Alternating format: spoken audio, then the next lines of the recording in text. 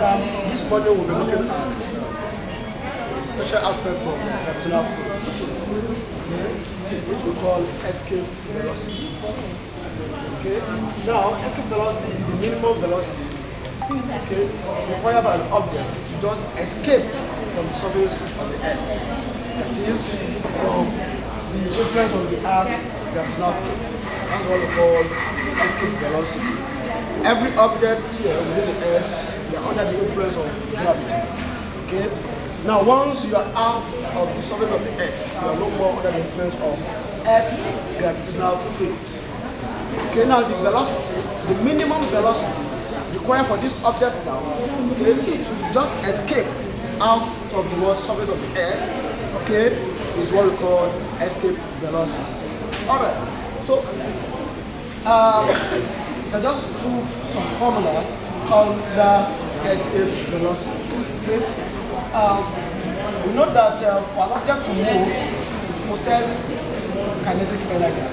Kinetic energy of the body, or kinetic energy of the body, is equal to potential energy.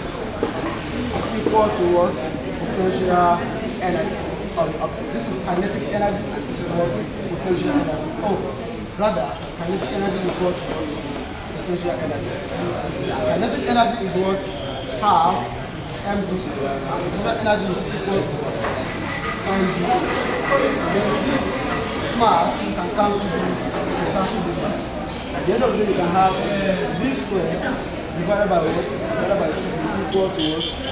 gh. If you multiply, you have v squared equal to what? 2gh. Okay. Now, if height, is known to be the radius of the Earth, because the object is moving from the center of the Earth out of the Earth, to which we have a particular radius. Okay. Now, this square now will be equal to what? 2ghr. You have 2gr.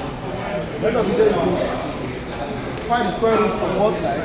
This square will cancel this square root. At the end of the day, you have b equal to 2gr. That is what is called escape velocity.